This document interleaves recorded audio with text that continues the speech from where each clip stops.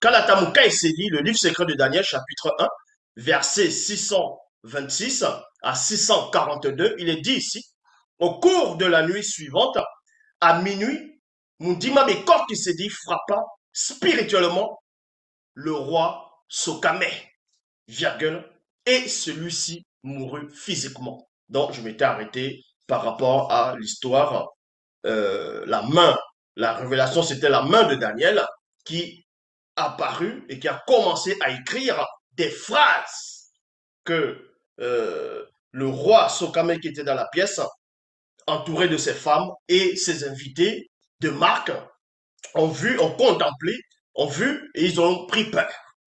Donc, dans la suite, on vous dit ici, après la mort physique du roi Sokame, c'est-à-dire c'est Daniel qui parle, ce mot Kaïsedi qui parle ici, après la mort physique du roi Sokame, je fus couronné roi, donc king suprême de tout le royaume de Djombela Mundi. Il y a point ici. Donc, dans la véritable histoire de Daniel, ce qu'on va appeler Daniel dans les bibliothéques classiques, dans les canons, mais son vrai nom, comme je dis, c'est Mukaïsidi, a été couronné roi dans l'empire de Babylone de la Mésopotamie. Or, dans les versions classiques actuelles, on ne vous dit pas que Daniel est devenu roi. Même dans l'histoire, vous pouvez aller sur Wikipédia, vous tapez Google, vous allez dans plusieurs sortes de moteurs de recherche, vous allez taper l'histoire de Daniel. Certains vous diront, oui, il y a des théories qui veulent que Daniel a failli être couronné roi à Babylone, mais des personnes mal intentionnées sont venues l'accuser. Et ensuite, on a récupéré Daniel. Et c'est en ce moment où on l'a mis dans la fosse au lion. C'est en ce moment que, selon eux, on l'a mis dans la fosse au lion. Et en cela, on n'a plus eu le temps de couronner Daniel comme roi. Mais la véritable histoire de ce personnage, de ce patriarche qui a marqué l'histoire, était roi. Parce que beaucoup d'entre vous connaissent uniquement Daniel sur, on va dire, la grande statuette qui est tombée, qui représentait le royaume de Satan, et aussi euh, Daniel dans la fosse au lion.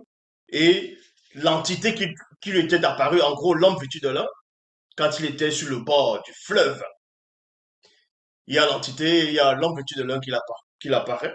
Et à part ça, les gens ne connaissent plus trop sur l'histoire de Daniel. Or, Daniel était devenu roi selon la version authentique de son histoire et de son livre.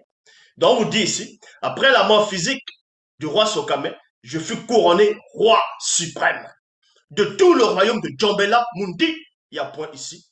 À la suite de cette nouvelle, tous les nécromanciens sorciers, donc magiciens, sorciers, enchanteurs, astrologues, voyants et marabouts de Djombela Mundi furent saisis de crainte et les démons de jalousie s'emparèrent d'eux. Il y a point ici. Donc, vous voyez que quand on l'a couronné roi, parce que c'était un initié en chef consacré, il avait le pouvoir, c'est-à-dire il avait le pouvoir royal, il avait le pouvoir spirituel, il avait une grande connaissance, une intelligence qui surpassait l'intelligence de tous les pratiquants des sciences occultes.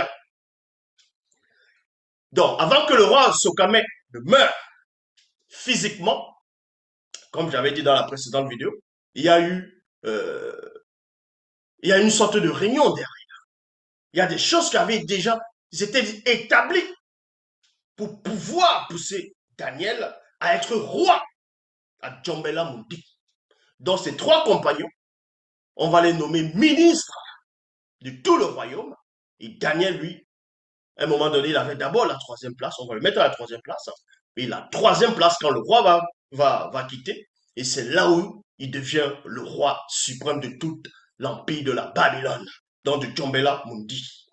Mukai Sedi est devenu roi. Et oui, ça, on va pas vous le dire dans les livres, ils vont pas vous le dire dans les bibliothèques classiques, ainsi de suite.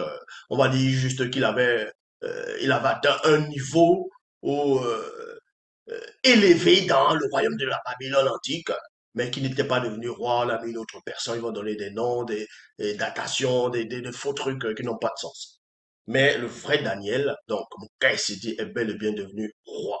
Ça, c'est une révélation pour vous, le livre de Mukai Sedi.